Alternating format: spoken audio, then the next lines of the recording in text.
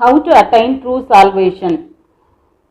People all around the world belonging to different religious practices longing to attain salvation. They do everything, try in every other hard way and like to go to any extreme just to get rid of their sins and to receive mukti. मोक्ष कैसे प्राप्त करें? दुनिया भर के लोग विभिन्न धार्मिक प्रथाओं से संबंधित हैं, जो मोक्ष प्राप्त करने की लालसा रखते हैं। वे सब कुछ करते हैं, हर तरह से कोशिश करते हैं और अपने पापों से छुटकारा पाने और मुक्ति पाने के लिए किसी भी हद तक जाना पसंद करते हैं। I will tell you a good news. Salvation is given free of cost. Scripture confirms that if you confess with your mouth Jesus is Lord and believe in your heart that God raised him from the dead, you will be saved. Christ took all the sins of the world over him. He paid it for all by shedding his blood on the cross. Whoever believes in this will receive salvation. For it is with your heart that you believe and are justified, and it is with your mouth that you confess and are saved. मैं तुम्हें एक खुशखबरी सुनाऊंगा। उद्धार मुफ्त में दिया जाता है। पवित्र शास्त्र पुष्टि करता है कि यदि आप अपने मुंह से स्वीकार करते हैं यीशु प्रभु है और अपने दिल में विश्वास करते हैं कि भगवान ने उन्हें मृतकों में से उठाया है, तो आप बच जाएंगे। मसीह ने संसार के सभी पापों को अपने ऊपर ले लिया और क्रूस पर अपना लहू बहाकर उन्होंने इसे सभी के लिए चुका दिया। जो कोई इस पर विश्वास करेगा उसे मुक्ति मिलेगी, क्योंकि तू अपने मन से विश्वास करता है और धर्मी ठहरता है और तू अपने मुंह से अंगीकार करता है और उद्धार पाता है। Through these scriptures, to attain salvation, you have to do two things. One is believing in your heart that for your sins, Jesus Christ has crucified and he died for you. He is still alive because God has raised him from dead. Secondly, you must confess that through your mouth. It may look so simple, but it is not. इन शास्त्रों के माध्यम से मोक्ष प्राप्त करने के लिए आपको दो काम करने होंगे। कोई आपके दिल में विश्वास कर रहा है कि आपके पाप के लिए यीशु मसीह ने क्रूस पर चढ़ाया है, वो तुम्हारे लिए मरा, वो अब तक जीवित है, क्योंकि परमेश्वर ने उसे मरे हुओं में से जिलाया है। दूसरी बात, आपको इसे अपने मुंह से स्वीकार करना होगा। यह इतना आसान लग सकता है, लेकिन वास्तव में ऐसा नहीं है। I will explain you. Remember the example we used which separated God and man. We imagine a son or daughter who eloped with somebody against parents' will. By doing so, he or she might have been brought a bad name to their family. They damaged the reputation of the family. Particularly, they broken the heart of their parent by ruining their faithfulness. The shame they brought to the family is immeasurable. Moreover, they betrayed their parents and gave them so much pain. मैं आपको समझाऊंगा। उस उदाहरण को याद करें जिसका हमने उपयोग किया था, जिसने ईश्वर और मानव जाति को अलग किया। एक ऐसे बेटे बेटी की कल्पना करें जिसने माता पिता की इच्छा के विरुद्ध भागकर विवाह किया हो। ऐसा करके उसने उनका नाम बदनाम किया, परिवार की प्रतिष्ठा को ठेस पहुंचाई और उनके माता पिता की वफादारी को बर्बाद कर उनका दिल तोड़ा। परिवार के लिए जो शर्म लाए वो अतुलनीय है।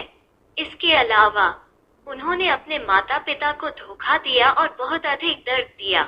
Imagine this is what happened in man and human relationship. Man betrayed God by disobeying his commandment. He became slave to sin. The disgusting qualities of Satan tend to establish into mankind and corrupts the whole human nature.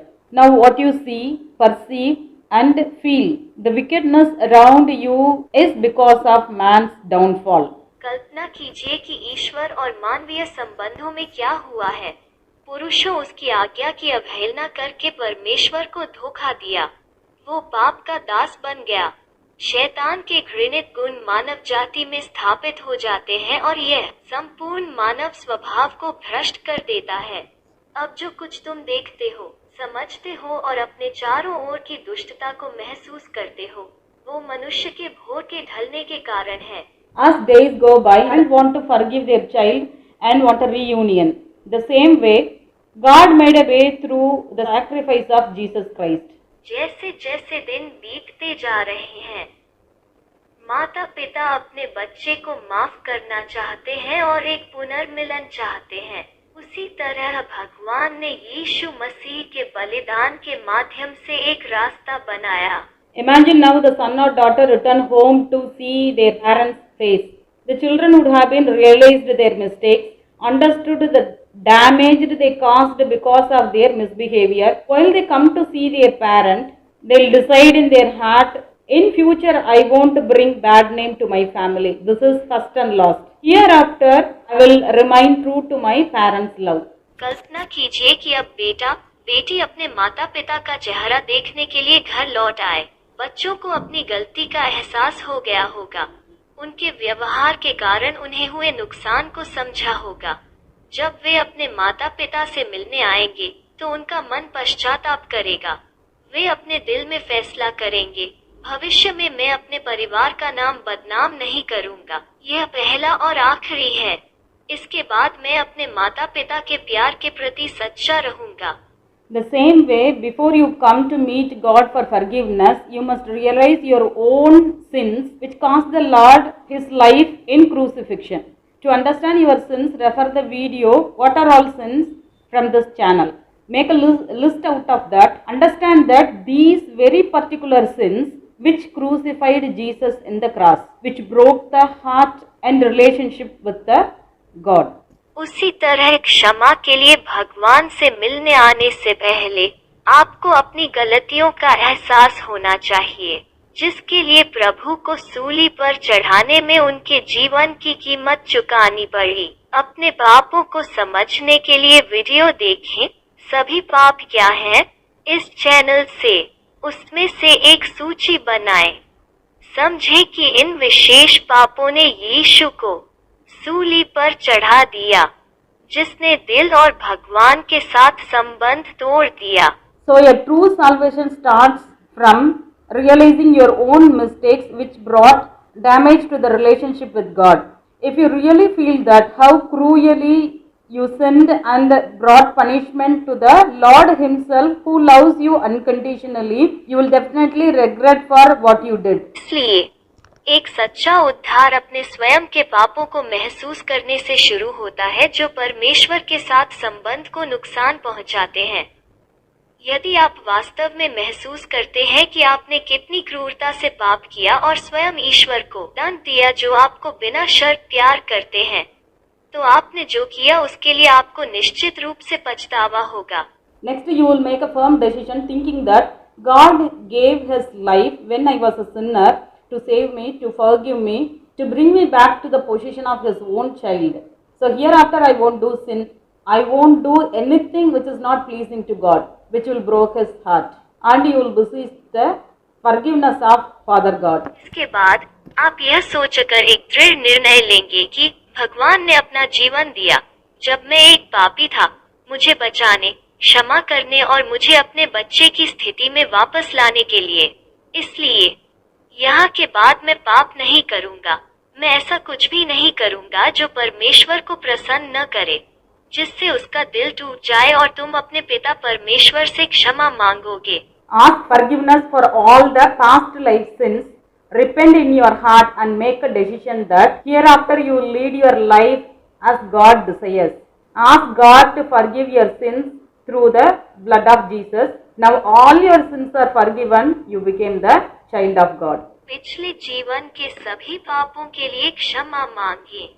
अपने दिल में पश्चाताप करें और निर्णय लें कि यहाँ के बाद आप भगवान की इच्छा के अनुसार अपना जीवन व्यतीत करेंगे। परमेश्वर से अपने पापों को यीशु के लहू से क्षमा करने के लिए कहें, अब तेरे सब पाप क्षमा हुए, तू परमेश्वर की संतान बन गया। For a true salvation, the first one is recognizing your sin is needed. Second, regretting for your sin and repentance of your heart is a must. Third, renewing your mind by making a firm decision that you will not sin again. So all these qualities must be seen in repentance and true salvation. God bless you until we meet again. सच्चे मोक्ष के लिए 1.